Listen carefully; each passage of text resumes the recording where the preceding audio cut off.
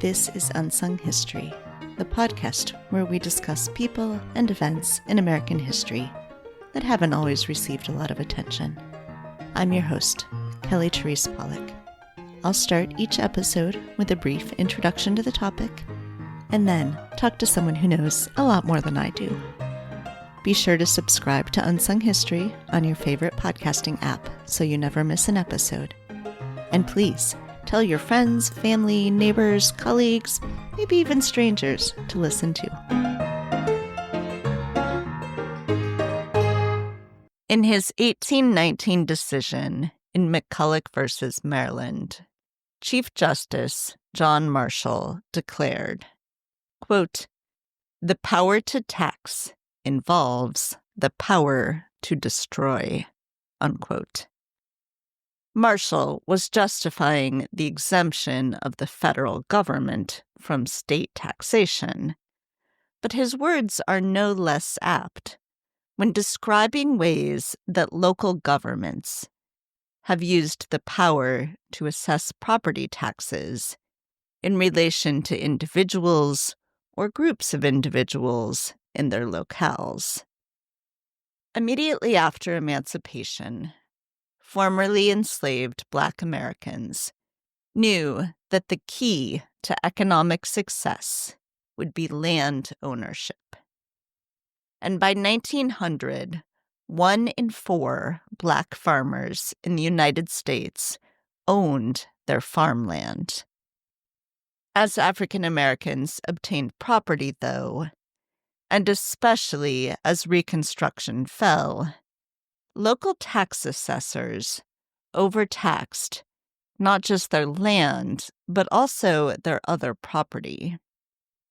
In Virginia in 1901, for instance, the average assessed value of a Black-owned acre of land was $4.08, and the average assessed value of a white-owned acre of land was $4.68. A small difference. But according to the census, the value of the Black-owned land was half that of the white-owned land. Assessors also meticulously noted every piece of property on Black-owned land, making sure to tax it to its full value, while ignoring buildings or improvements on white-owned land. They even overvalued the cattle on Black land for tax purposes. Because the formulas used to assess property taxes are often opaque, property owners may not have even realized that their taxes were unfairly applied. When they did, the obvious remedy, and one that was used in many other civil rights battles, was the courts. However, in the case of property taxes, court cases could only go as far as the state, not all the way up to the United States Supreme Court.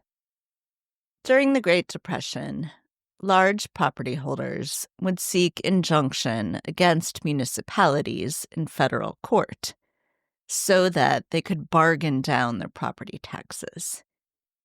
In response to this, in 1937, Congress passed the Tax Injunction Act, which states that federal district courts, quote, "shall not enjoin, suspend, or restrain the assessment, levy, or collection of any tax under state law where a plain, speedy, and efficient remedy may be had in the courts of such state," unquote. In other words, disputes over state and local tax laws are a matter for the states. That may well have been a good solution to the specific problem Congress was trying to solve in 1937. But in the Jim Crow South, that meant that Black property owners who were being overtaxed by a local tax assessor in Mississippi could go no further than the Mississippi Supreme Court for relief, where they were unlikely to find it. The harm of overassessment, which happened in the North, the Midwest, and the West, as well as the South, was not just in overpayment, though that was substantial. Overtaxation also increased the chances that the property owner could not keep up with tax payments and thus would have their land repossessed. African American landowners have lost at least 11 million acres of land in the United States, much of it in the past 50 years, through methods like tax repossession. The situation only worsened for African American communities as counties and municipalities allowed third parties to pay tax bills in exchange for being permitted to charge exorbitant interest rates and fees, and to then take possession of the property if the taxes were not paid off, plus interest and fees, after a redemption period, which might be anywhere from 6 months to 2 years. Not only were African American property owners more likely to be caught up in this cycle to begin with because of overtaxation and systematically lower wages, but the predatory tax buying industry also specifically targeted Black-owned properties in its purchases. When civil rights leader George Wiley formed the Movement for Economic Justice in March of 1973 and called for a taxpayers' revolt among the working poor and the middle class, a lot of people were feeling the crunch of high taxes, both property taxes and increasing income taxes. Both white and Black taxpayers were seeking relief. But with neither major political party offering major structural reform, voters, especially white voters, settled for tax cuts that benefited them instead. That was especially true in California, where property owners were paying extremely high taxes that kept rising. In 1978, 2/3 of California voters approved an amendment to the California Constitution, known as Proposition 13. Under Prop 13, the rate of increase on assessments is limited to no more than 2% each year, unless there is a reassessment, which only happens in very specific circumstances, such as when a property is sold to a new owner. As a result of Prop 13, which is still in effect today, public services were cut, disproportionately affecting Black and Latino communities. The long-term effect of the law has been an increased wealth gap. Owners are incentivized to stay in their homes, especially their more valuable homes, as long as possible, building up their wealth.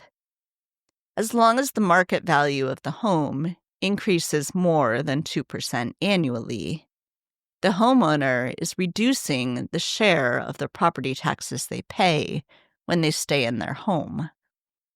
For instance, in 2003, billionaire Warren Buffett announced that he paid only $2,264, or 0.056%, on his $4 million home in California because of Proposition 13. Studies have shown that poorer residents of California, especially those who must move more often and Black and Latino residents, pay a much larger portion of their income in property taxes due to the regressive nature of Prop 13. Despite some efforts around the nation to increase transparency and fairness, problems with the property tax system persist. according to a 2020 report by the Washington Center for Equitable Growth, which covered 118 million homes in the United States. They found, quote, widespread racial inequalities in the U.S. property tax burden, unquote. Even accounting for jurisdiction and local assessment practices, quote, the average assessment gap for a minority resident in our sample is 10 to 13%, unquote. Understanding the history of property taxes will help explain some of the structural reasons behind this continued discrepancy, but it will take public policy action to correct these continued wrongs.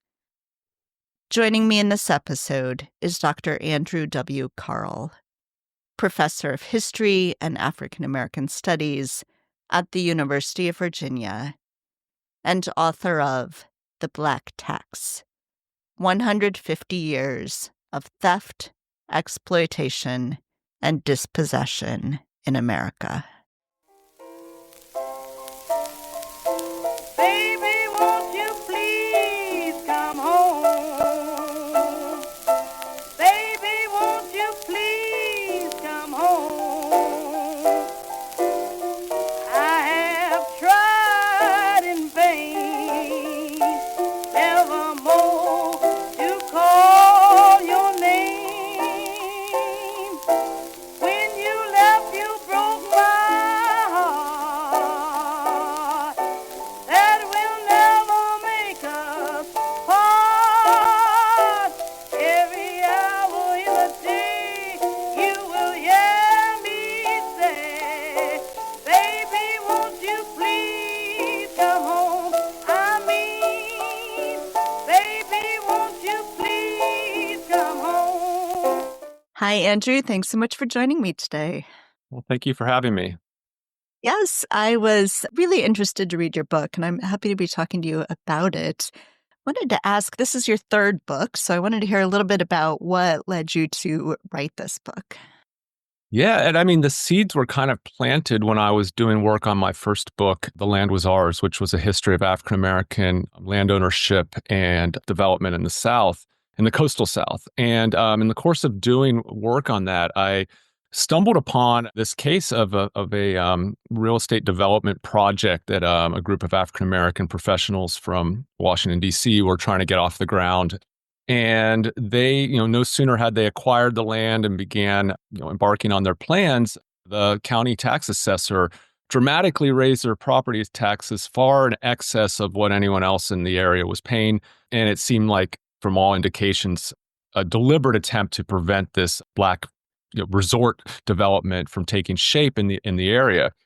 And I'd never, I'd spent my entire young career at that point, or at least, through graduate school, studying the history of Jim Crow, segregation, and the history of racial inequality in America. And I felt like I was familiar with all the tools of the trade, as it were. And I'd never come across the use of the tax powers that local governments have as an instrument of racism and as a weapon against African American land ownership or other sort of uses. So that tipped me off to maybe I got curious. I was like, what's going on here? And I mean, and honestly, at that point, I'd never, if you would have told me in grad school I was going to be writing a book about taxes, I would have thought you were crazy. It was not something that was on my radar. It was not something I'd sort of ever thought to specialize in. Although, I guess it made sense given that I was already sort of working on land and real estate, or at least kind of gravitating toward that subject, that eventually I was going to have to grapple with property taxes. And so, yeah, that was really where it began, was just kind of that initial discovery. And then I just kind of, kept on picking at it and sort of poking around in one, realizing that there was very little, if any, scholarship done on this. There was some, it wasn't really in any of the histories of segregation or the histories of Jim Crow or other, or really, African American history more broadly in the 20th century. But then I started doing some preliminary research, kind of, this was the early days of, just having all of these newspapers on, online databases, so you could kind of do keyword searches and just and I just started, going through historic Black newspapers and It was everywhere. I mean, they were talking about the sort of the ways in which they were being unfairly taxed, and instances similar to that kept coming up. I started finding some pretty significant cases, ones that kind of became woven into major portions of the book, and I just kind of went from there. So, this book is looking at 150 years of history, and you're looking at not just one geographic area, but kind of all over the United States. So, can you talk some about where you looked? You just mentioned newspapers, but where all you looked for this, and also how you decided what to focus on? Presumably, there are lots more stories you could have told that, how did you decide what to incorporate into the book? Yeah, I mean, it was a real challenge in the sense that once I decided I was going to do a book on this subject, I also decided that I did not want to do like a case study of one place, because it was immediately evident to me that this was a broader phenomenon. This was not something that was happening within one locale. This was not, African Americans were not dealing with the problems within local tax structures just within one locality. And it was something that was happening both in the rural South of the late 19th and early 20th century. And even as sometimes the motives, circumstances, and causes differed, the outcomes seemed to be strikingly consistent, both from the late 19th century right up through the Great Migration urban north and up through today. So I decided early on, I was like, this is going to be a national story. I'm going to not sort of allow it to be, narrowly focused on one place, one city, or even one region, or even as I was beginning to see, like even one particular kind of time period, except, broadly speaking, after emancipation, through the 20th century. And so one of the things, in terms of source material, I mean, I guess there's the sources. Like first, I had to kind of educate myself on the mechanics of local tax systems both, and I really was really interested in kind of all three phases of how this was operating, because I was seeing sort of the problem manifest itself both in patterns of overtaxation, and that's the things that are happening in assessors' offices. The tax assessors either deliberately or just baked right into the sort of structure of how local taxes are administered. But I was also seeing like some real issues, and this was a kind of a really startling discovery, was the problems with on the enforcement side and these tax lien sales and the impact of tax delinquency and how this could be not only sort of weaponized by local governments, but also became this, kind of spawned this entire predatory industry that used these laws to enrich themselves. And then thirdly, I wanted to follow the money from these local offices to what it's being spent on, namely schools, which is the primary recipient of local tax dollars, as well as other local goods and services. So I wanted to kind of look at the distribution of local tax dollars and African American struggles to get their fair share of what they are paying into this local system. And so one, I was like trying to actually understand what it was I was reading, what I was seeing. I mean, I kind of sort of had to sort of do a crash course in just sort of understanding the laws and administrative practices surrounding local taxation. So I spent a lot of time like, leaning on law professors, reading a lot of, like law review articles. I mean, this just kind of really just sort of understanding the basics so that like when I did go into the archives, I could actually understand what it was I was seeing. And then as well, I mean, just being able to figure out like what are some of the broader patterns that are unfolding here? Because as you know, I mean, these are very local practices, and the laws are actually vary from state to state, sometimes from locality to locality. And um, so that was a big challenge in terms of determining, how was I going to tell this national story while also recognizing the local variations, not sort of in any way kind of getting the history wrong because I'm sort of I don't want to gloss over or in any way.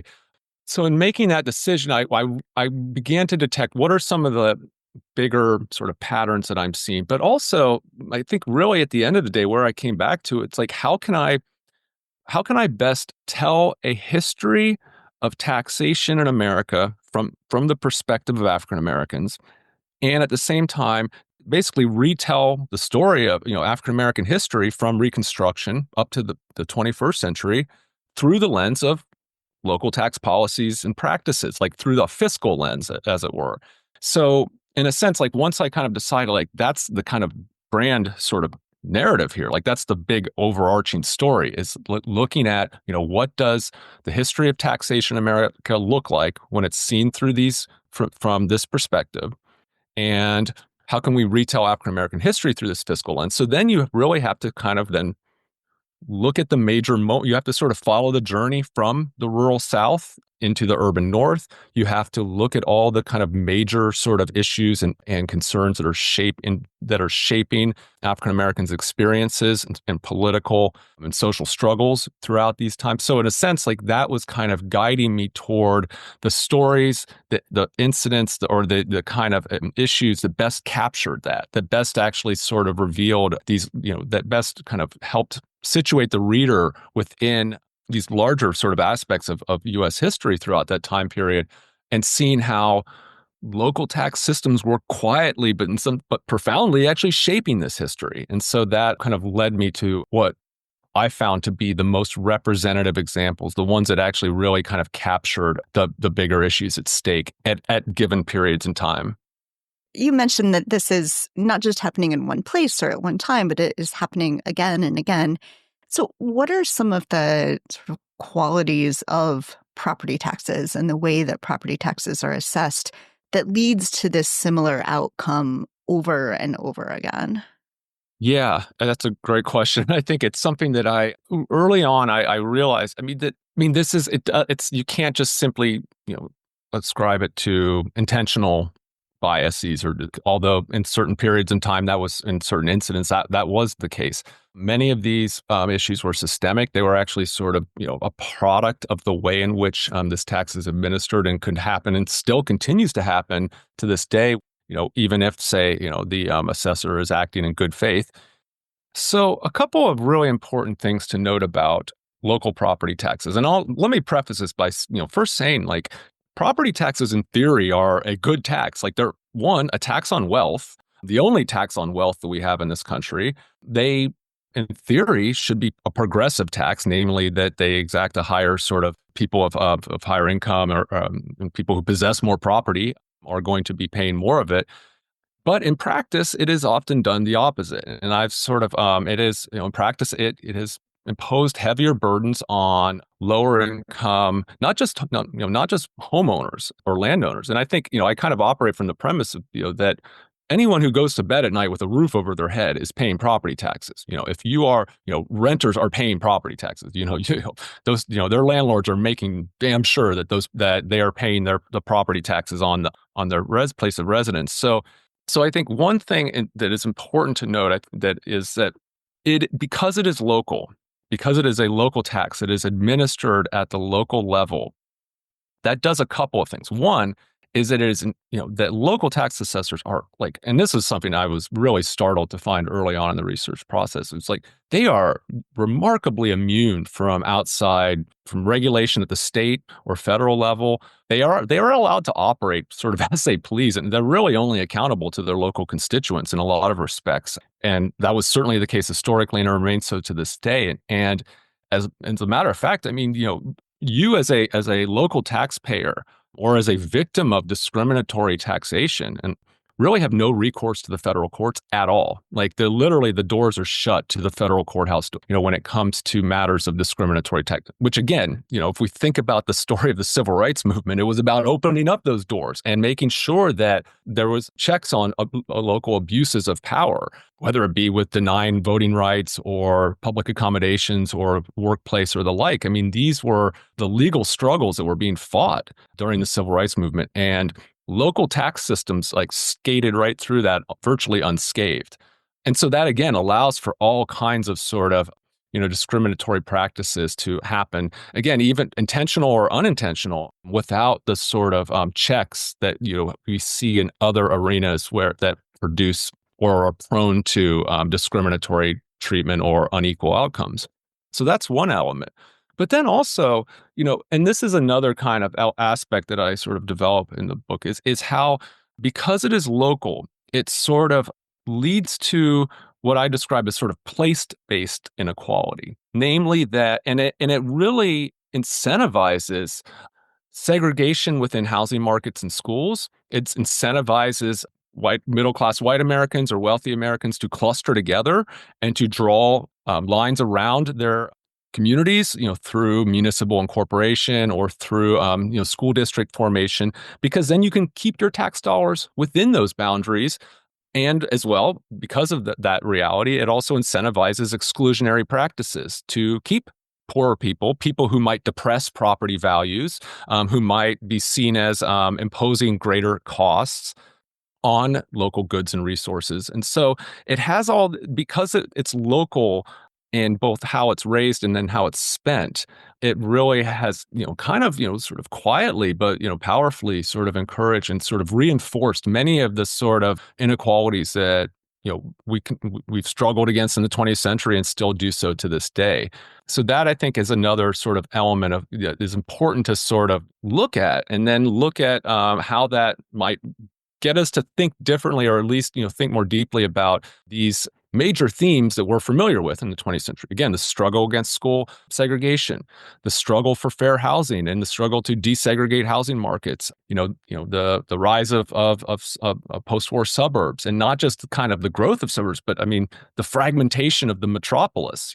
Just the proliferation of all these separate municipalities, school districts that are just, in many respects could almost be sort of thought of as like little tax havens, like places where people can kind of, be able to have ultimately, and I mean, this is one of the perverse aspects of sort of how this works in practice, is that if you're living in a sort of high income community that is lacking in sort of, that has high property values, and is lacking in, say, poor people, or or much economic diversity, you can effectively enjoy better local public goods and services at a lower cost, that you can actually, tax property at a lower tax rate and generate more revenue. And the reverse is the same, that in urban, and this is the story of cities during the sort of, so-called urban crisis of the 60s and 70s, is that, their needs are mounting while their tax base is being drained. And as, and they were pushing up against the limits of how much they could raise tax rates. And I mean, some of the highest tax rates in the country in the 1960s were in some of the poorest cities. And that was a product of how this structure is set up. And I think that's really ultimately one of the stories that my book tells, is like how this structure was built, whose interest it served, and what did it mean to live inside of that structure. We've been talking about the ways that this can disadvantage African Americans, even when people are operating in good faith. But of course, some of the stories in your book are of people who are very much not operating in good faith. So I wonder if you could talk some about, there are stories that you talk about in the South where there are just outright corrupt practices, where there are very high property taxes being levied to drive people out of their homes. And this happens multiple times in the history that you're telling. So could you sort of talk through some of how that is being done, and being done in a way that is very much sort of hidden in ways that people can't necessarily detect? Yeah, I mean, that is one of the sort of, and that maybe, helps explain in part sort of why this history has remained hidden, is because sometimes these could be very subtle and hard to, maybe something that people sensed but could struggle to pin down, or much less prove. And sometimes, and when I began looking at it, kind of looking at the tax records, it wasn't even something where an instance where Black landowners were being just grossly overtaxed, like, I mean, like giving valuations on their property that were like absurdly high. But they might have been actually sort of, valued at sort of, an accurate level. The problem is that the wealthiest, largest white landowners in those same counties were paying next to nothing. Their land was being valued at very low amounts, which ultimately meant that, African American landowners were being overtaxed. They were being forced to shoulder a heavier burden. But I mean, yes, the use of local taxing powers to dispossess people of property, to punish and intimidate those who might challenge white supremacy, I was a recurring theme that I continued to see in many instances. I mean, the abuse of local tax delinquency laws is really, kind of one of these stories about, not just the story of Black land loss in the 20th century, which is, again, a critically important and really still kind of understudied phenomena, how African Americans really, had 16 million acres of land in 1910 and, steadily lost, much of that over the course of the 20th century. And tax sales were one of those instruments of dispossession. And there was a pattern to this, as I found. It was often when African Americans owned land that became valuable, when it became something that was desirable, that then they became endangered. Then they became, endangered by these kind of tricks, like, say, a tax bill that doesn't arrive or a tax payment that doesn't get recorded. And then suddenly the land is quietly put up for auction at a tax sale that the owner is unaware of. And before they know what happened, they don't no longer even hold title to their property and have no recourse to reclaim it. And all of that is done ostensibly, legally. And there are many examples I give in the book of this very thing happening, where people are, literally having their land stolen out from under them through the legal process of tax delinquency sales. And again, it was invariably instances where they were sitting on valuable property that had become enhanced in value. And so for me, like, again, I had to sort of understand, how is this happening? Like, what are the ways in which these laws work? How could, it was difficult in one sense to really be able to sort of fully capture like the full scope of this, because that would have required, it would have taken me a couple more decades to write this book if I had like gone into every county courthouse in the South and like went through every single tax sale records. But I was able to find enough to suggest that there was definitely a pattern unfolding here. And it fit, again, within this sort of broader scheme of essentially, sort of stealing land that was, something that became whether, there was, oil or gas deposits that were found under it, whether this was land that, a sort of neighboring farmer wanted to acquire to increase his holdings. Or in the case of, one of the cases that I really highlight in the book of a woman who owned land on the South Carolina Sea Islands, who had it, taken from her through a tax sale without her knowledge, because this was an area that was now becoming, highly desirable for real estate development, during the era where, this was becoming a kind of playground for, white Americans, places like Hilton Head are booming in popularity. And again, like, these landowners became very vulnerable in those instances because of this legal tool that, those seeking to, land speculators and developers could employ. And also as well, I should also just say, even if they're not, let's not also discount the fact that paying taxes was hard if you are Black and poor in the South. And so many folks fell into tax delinquency because they couldn't pay the taxes and they were probably being overtaxed to begin with. So, sometimes, they might have known that their land was, falling into tax delinquency, but struggled to climb out from under it. And that land was still sold and they still lost it, So that was, happening throughout this time period. That's in addition to, and again, switching back over to the assessment side.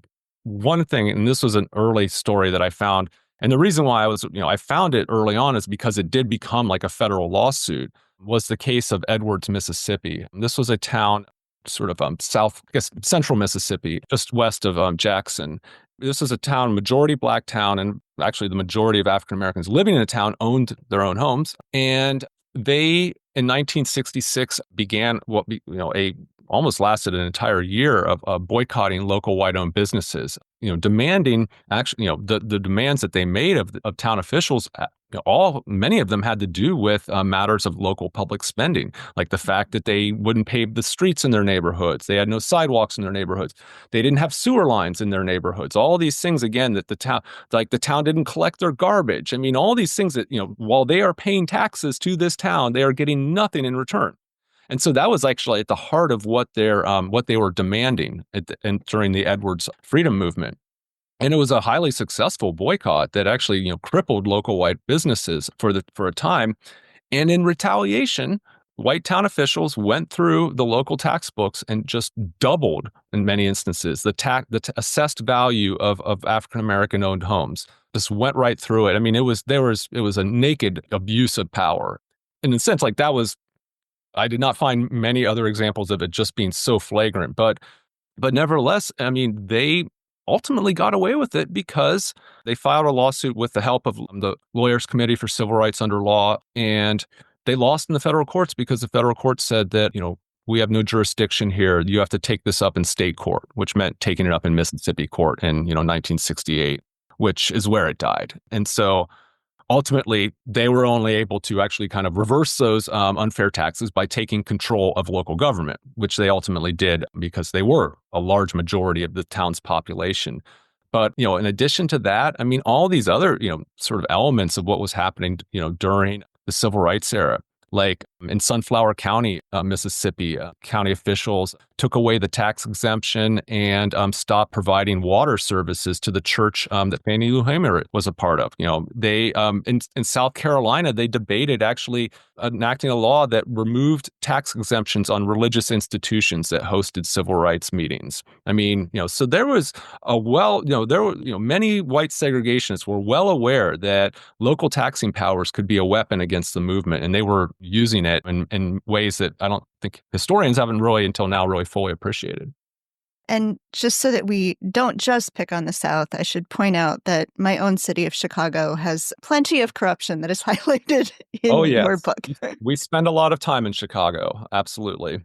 Yeah, and a lot of the tax sales that you're talking about happen in Chicago as well, and that's just it's really heartbreaking. I mean, I'm a homeowner, and I assume that if I missed a tax payment, I would, just get another letter, and I'd go, "Oh, right, I missed it," and I would pay it, and that is not what is happening in the stories that you're telling. Yeah, and I mean, in this, I should mention Illinois' tax delinquency laws are really, some of the worst in the country in terms of just how harsh they are and how extreme the penalties are for missed payments, and how lucrative it is for those who buy these tax liens at tax lien sales. In fact, actually, those the debt that these investors buy at tax lien sales can the interest on that debt can rise in Illinois up to 48% over the life of that, before the deadline for redeeming it, which can, in many instances, make it almost impossible to be able to actually settle those debts, because with the interest and then you add on the other fees that these investors can tack on. I mean, it can become a almost an insurmountable debt, which again, if you're in the business of trying to, acquire property through tax sales, makes it very advantageous. But yeah, I mean, so Illinois, I mean, I spend a lot of time looking at this kind of into this predatory industry that took shape in Chicago and really was, extracting the bulk of its profits from Black neighborhoods on the South and West Side. And so that it really became part of how I was looking at this bigger sort of set of issues and challenges that African Americans were facing in housing markets, and adding another chapter or dimension to what we is now becoming a really thoroughly told story, from, beginning with Beryl Satter's book, Family Properties, which tells the story of contract sales, this kind of, highly exploitative practice that was taking advantage of African Americans' inability to get conventional mortgages by, selling them these, selling them homes through these contracts that ultimately were almost designed to fail and resulted in, massive amounts of income and wealth being taken out of these neighborhoods.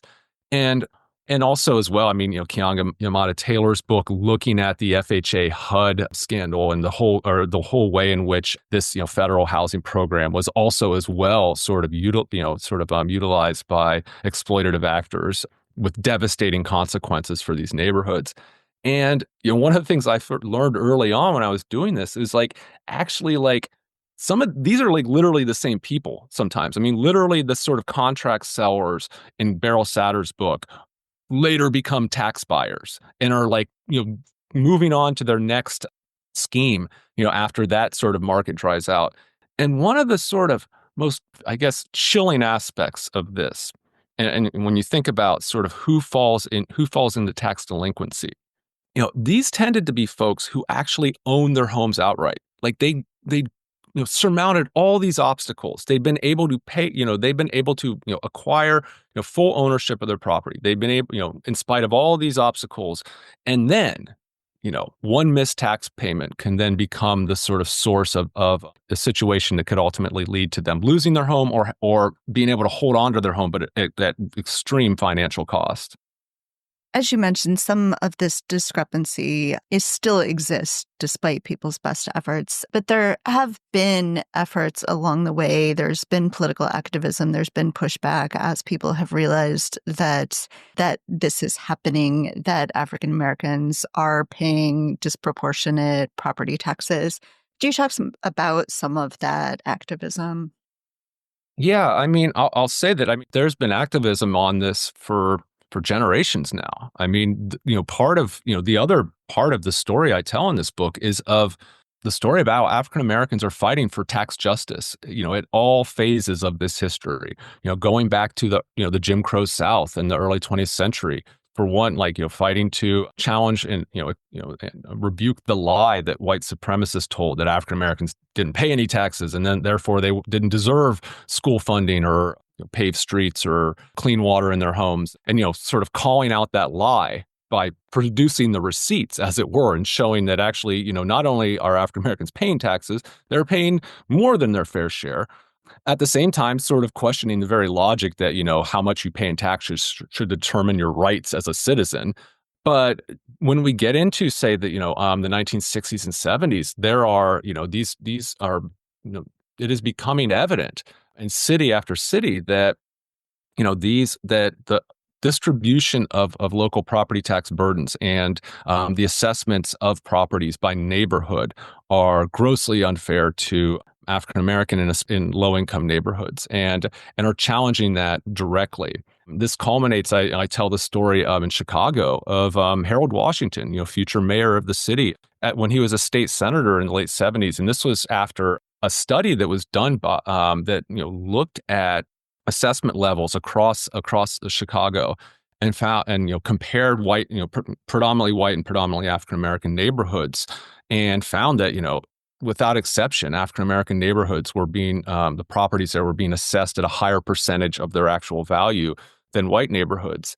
And this was like one of these galvanizing moments where he's kind of organizing neighborhoods on the west side and on the south side, to begin to and doing a lot of kind of education. I mean, it was interesting, like this urban economist who taught at UIC, Arthur Lyons, who actually became a great resource for me as I was working on this book. In addition to being like a subject in the book, he was the one who like supervised this study. And after it came out, like Harold Washington and Art Lyons would be like holding these little sessions in like church basements where Art Lyons would get up there in front of a blackboard and just kind of like break it down for folks. Like, here's how assessments work, and here's what you should be looking at when you get your tax bill. Here's how you can appeal your taxes. And then Harold Washington would get up there and talk about here's why we need to fight together on this, and here's why we need to demand accountability from the tax assessor's office. So it became one of those sort of moments where, and I think really so much of, and I kind of try to retell the story of the tax revolts that we often, know about, Prop 13 in California. And we think of that as a right-led sort of a, part of the kind of rise of the new right in the 1980s. And that certainly is what it became.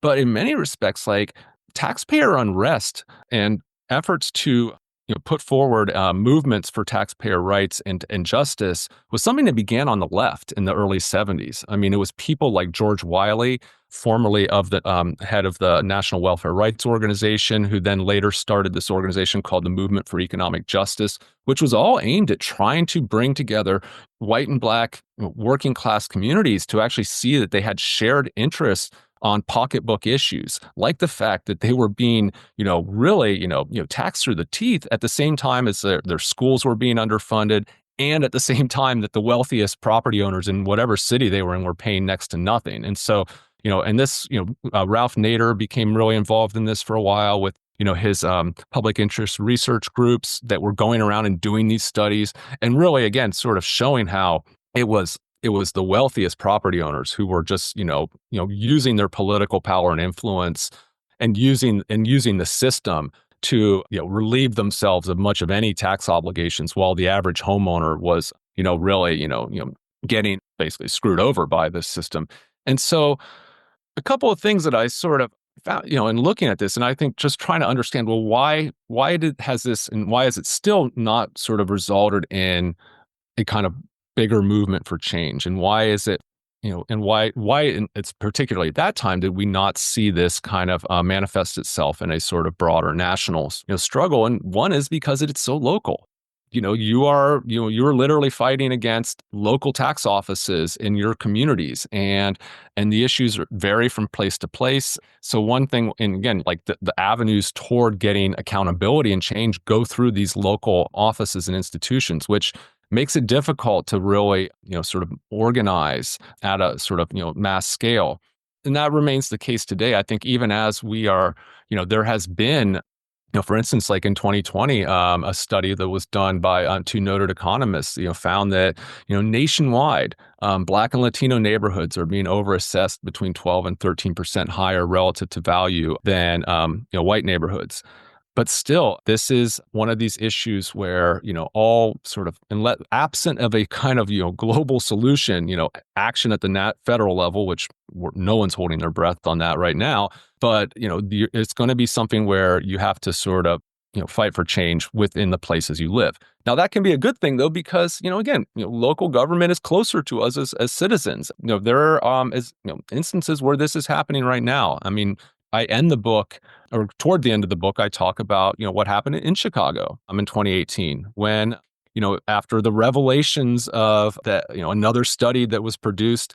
I mean, it's almost like kind of like Groundhog Day sometimes when I'm telling the story. It's like, over and over again, it's like, yep, did another study, still racist, and it's like, and then everyone's like shocked, and it's like, well, I guess we're not really, like our memories are very short on this problem. But no, so in 2018, the Chicago Tribune with some other investigative reporters released another study showing that, yeah, Black and Latino neighborhoods in Chicago were being grossly overassessed, while the wealthiest neighborhoods were being, very underassessed.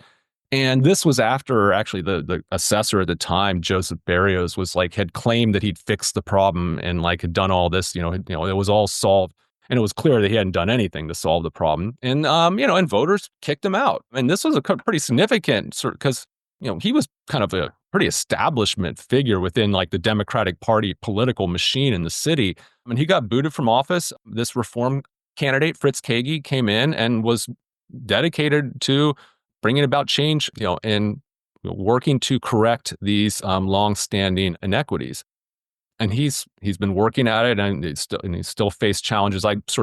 I stopped my history of this really at his election. But I mean, for those who live in Chicago and who sort of have been following this remains an ongoing struggle, one that has seen fits and starts, but is an evidence again that when this gets on the public's radar, I mean, I would say that most of our listeners would, and again, I'm sure this is a very educated audience, I'm sure, but I would bet that many of us would struggle to even name who our tax assessor is. And these are often in most places elected offices. These are elected officials, but they are very obscure. They're not sort of, high profile positions. In fact, many of them run unopposed. So they're not even sort of, contested offices. And yet they have all these powers that then they actually can play a really, not just sort of, reflecting the values of properties, but actually, playing a sort of instrumental role sometimes in shaping, housing markets and real estate within, localities, as well as, the sort of size and distribution of the local tax base.